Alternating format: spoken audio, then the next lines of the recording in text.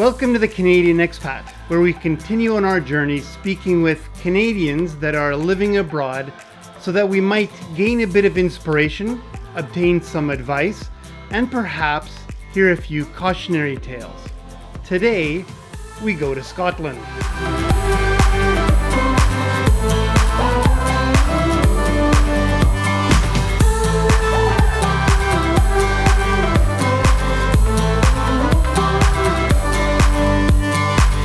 Scotland has been a part of the United Kingdom since 1707, but for the outsider, the relationship between Scotland and the rest of the UK can be a bit confusing. When someone mentions Scotland, I, for one, think of skirmishes with the English, castles lost and won, and bagpipes bellowing their sorrowful tales to the evening wind while an entire kilt-wearing country sips exquisite Scotch whisky, both peaty and smoky, to keep themselves warm during the damp, cold, dreary Scottish summer. We're about to find out how wrong I am. My next guest is Ashley Bielawska, originally from Vancouver. She moved to Scotland in 2015. She and her husband, who moved to the UK from Poland, are photographers, videographers, and bloggers. Their site, One Journey Away, is dedicated to show off some of their incredible work and help travelers with some great information, not only about Edinburgh, where they currently live, but about a ton of other destinations in Scotland, the UK, and other countries around the EU. I've placed a link to their website and their YouTube channel below in the description. Ashley, welcome to the Canadian Expat. Hi, thank you for having me. So, just how wrong am I about Scotland? How wrong? I think you've pointed out a lot of the stereotypes, like if someone doesn't know about Canada, they'd probably say very stereotypical things. I guess I'm in kind of a multicultural city that's maybe a bit more similar to Vancouver than what you would maybe expect of the stereotypical Scotland. So tell us a little bit about life in Edinburgh.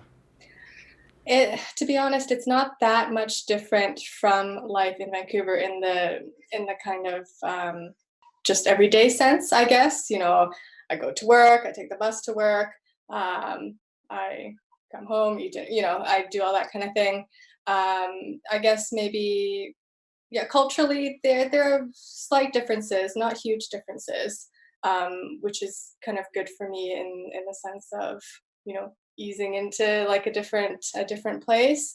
I think maybe it would just be a couple of language things. I know they speak English here as well, but vocabulary wise, it took a lot of switching a few words around, like saying lift instead of elevator, a torch is a flashlight, a lorry instead of a truck, bin instead of what do we call bin? Like a garbage can, or rubbish instead of garbage, things like that. It sounds like it's an interesting place though to be. Yeah, we're coming up now on kind of festival season, which is in August. So tons and tons. I mean, there are tourists all year round, but people really come to Edinburgh in August when there are multiple festivals that are on. So the Royal Mile, which is kind of the main street in the old town in Edinburgh, is just packed. It's packed with tourists. It's packed with people who are performing, often like free events, and just kind of all over the city. It's jammed. It's full of life. It's quite something else. So what took you to Scotland in the first place? Initially, I just wanted to travel around Europe a bit more, to be closer to Europe. As you know, Vancouver is the furthest major city in Canada from Europe. And with kind of the very few holidays, like the holiday time that I got when I was working in Vancouver, like 2 weeks a year, it's not really much, especially when you're flying, halfway around the world. And so the working holiday visa that the Canadian and the UK governments have was kind of my good, stepping stone into, sorry, my glasses keep falling out, a good kind of stepping stone to, or not a stepping stone, but a good place to base myself, to be able to travel easily around Europe. There's so many, cheap flights. You can take the train around. It's just so accessible here, and there's way more holiday time here as well. So how much holiday time do you get? So the kind of legal minimum for the UK, if you're working like kind of standard full-time, 5 days a week, 30 or 40 hours a week, is 28 days. And where I work right now, we get 32 days, 32 or 36. I don't recall, one or the other. And after 5 years, you get 40 days. That's a considerable amount of time. It is, yeah. And especially when there are so many different countries and places that are so close by, where you can just kind of go and you have like 6 weeks of holidays. It's a considerable difference from Canada.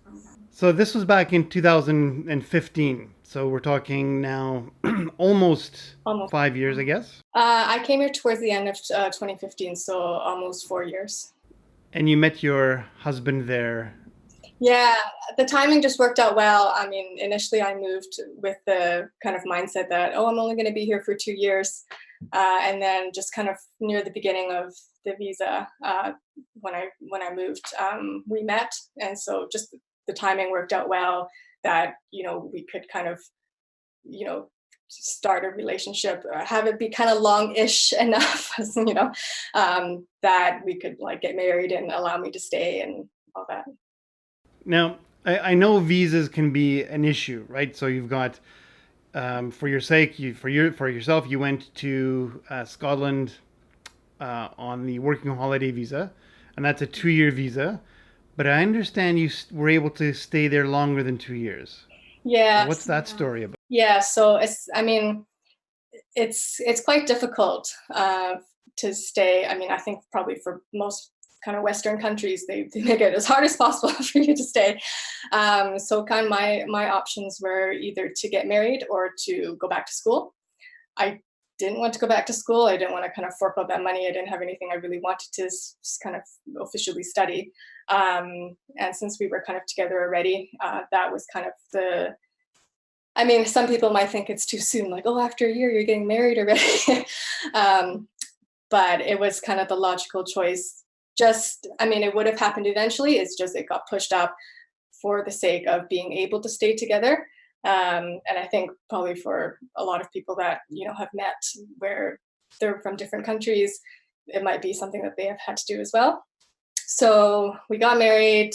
It was January 2017. And I was still within my 2-year work visa. And then I applied for essentially like a spousal visa, because he's European and not British. It's actually a lot easier and it's a lot cheaper than if he was British, just because he's part of the EU, and because EU, Brexit's coming, but EU has the kind of the freedom of movement rights within the UK, and so the visa is essentially like a spousal visa of a EEA European, I forget what it stands for, EEA citizen. So it includes like Switzerland, all those countries. And it was 65 pounds only. And it is a lot of paperwork. I think after Brexit, it's changing to like some electronic stuff. I haven't dealt with that yet. But you have to send a lot of documentation in, kind of proof of your relationship, so that, they know it's not a sham marriage. And so, you do have to wait a long time. You have to surrender your passport. But in the end, I personally had no problems with it. There was the chance that we could be investigated by the Home Office, but fortunately that didn't happen for us. When you say you had to surrender your passport, is that permanent or you're temporary? No, it's just for the application. So we both had to give our passports to the Home Office, along with kind of, everything else, your marriage certificate, all, everything. But then they, give that back to you after. Now, you'd mentioned Brexit and some uncertainties, and we've heard from some of the other people that we've spoken to that Brexit is a little bit concerning.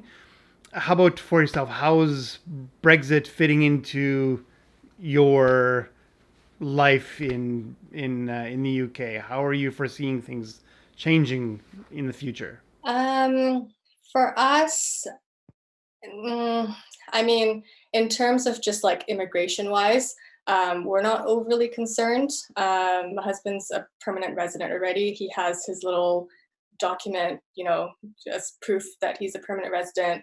We're meant to get this settled and pre-settled status stuff for EU citizens and their family members for when Brexit comes, which we'll do kind of at the beginning of next year, since Brexit hasn't even happened yet.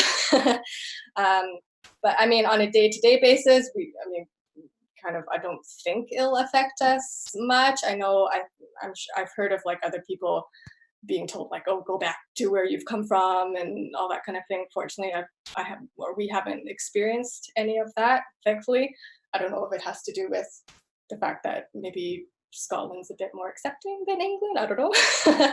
But nothing kind of drastic. We're not like scared.